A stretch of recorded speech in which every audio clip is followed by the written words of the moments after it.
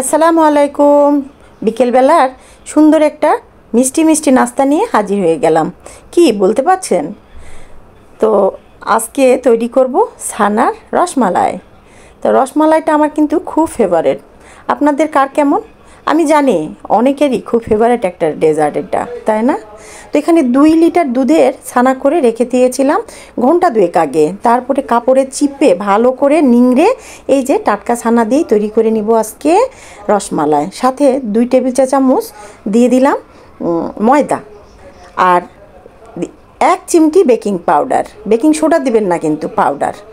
ছোট্ট একটা দেশি মুরগির ডিম ভালো করে ফেটে নিয়ে এর সাথে দিয়ে দিলাম। সব কিছু মিক্সড করব এমনভাবে যেন ছানাটা একবারে গলে মোমের মতো হয়ে যায়। এমনি ছানা নরম, এরপরে যেন যেরকম আকৃতি দেওয়ার আমরা দিতে পারি, এই রকম করে ভালো করে মেখে নিতে হবে। এর সাথে অ্যাড করব 1 টেবিল চামচ ঘি আর 1 কাপে আপনারা 1 কাপ দিলেও দিতে পারেন। আমি এখানে 1/3 কাপ গুঁড়া দুধ এর সাথে অ্যাড করে নিলাম। এরপরে আবার ভালো করে মেখে তারপরে হাতের তালুতে একটু ঘি নিয়ে শেপ দিয়ে দিচ্ছি। তো আজকে কিন্তু আমি আর ছোট ছোট করে করব না, আজকে বড় বড়ই করে করব। কারণ ছোট ছোট জিনিস করতে সময় লাগে আর বিরক্তও লাগে। রান্নাঘরে গরমের মধ্যে থাকা বুঝতেই তো পারছেন, তবে খেতেও ইচ্ছে করছে। তো কি করব, যে কথা সে কাজ।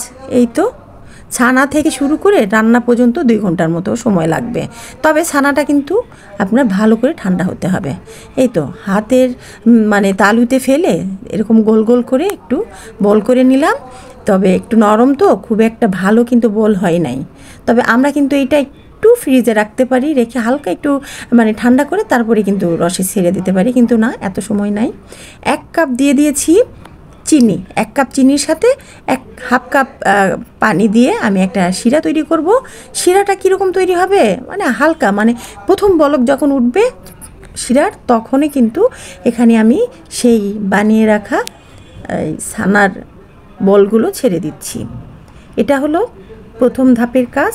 তো এখানে এই মিষ্টি শিরার মধ্যে এই ছানার বলগুলো দিয়ে একটু সিদ্ধ করে নিব, যাতে স্পঞ্জি হয় আর ভিতর থেকে রসটা শুষে একবারে রসের টইটুম্বুর হয়ে যায়। তো দেখতেই পাচ্ছেন, ছেড়ে দিতে দিতেই কিন্তু একবারে ডাবল হয়ে যাচ্ছে। এবার ঢাকা দিব। আর এখানে তৈরি করে নেব একটু ক্যারামেল। 1/2 কাপ দিয়ে দিয়েছি চিনি, তার সাথে 2 টেবিল চামচ পানি দিয়ে দিলাম। দিয়ে দেখেছেন এদিকে ফুলে একবার একটা দুম্বা দুম্বা হয়ে গেছে।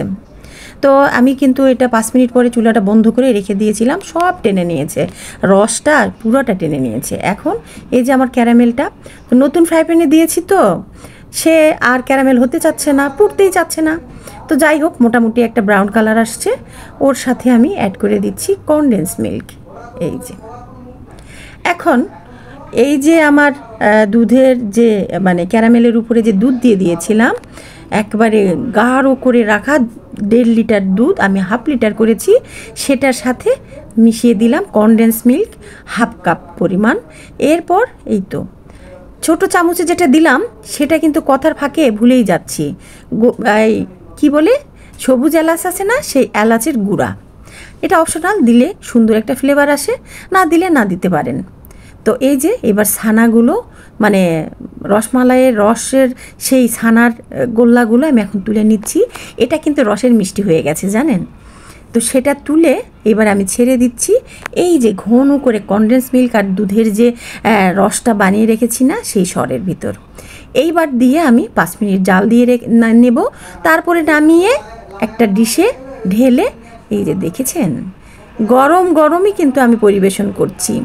এটা একটু ঠান্ডা হলে ফ্যানের নিচে দিয়ে রেখেছি, একটু ঠান্ডা হলে ফ্রিজে ঢুকাবো। তারপরে আধা ঘন্টা পরে ফ্রিজ থেকে বের করে সন্ধ্যায় বাল বাচ্চা পোলাপান নিয়ে খাবো। তো আপনাদের কি অবস্থা? আপনাদের যদি খেতে ইচ্ছে করে হাতে তৈরি, তো অবশ্যই তৈরি করে নেবেন ঝটপট। খেতে ইচ্ছে করেছে বলে কথা, তাই না? আর একটুও দেরি নয়। আর দেখেছেন তো, অত ভনিতার কিচ্ছু নেই, খুবই শর্টকাট, তবে অসাধারণ হয়েছিল, অনেক মজার।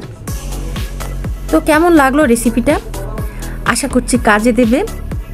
সকলে ভালো থাকবেন, সুস্থ থাকবেন। রেসিপিটা ভালো লাগলে লাইক কমেন্ট শেয়ার করে পাশেই থাকবেন। আল্লাহ হাফিজ, শুভ বিকেল।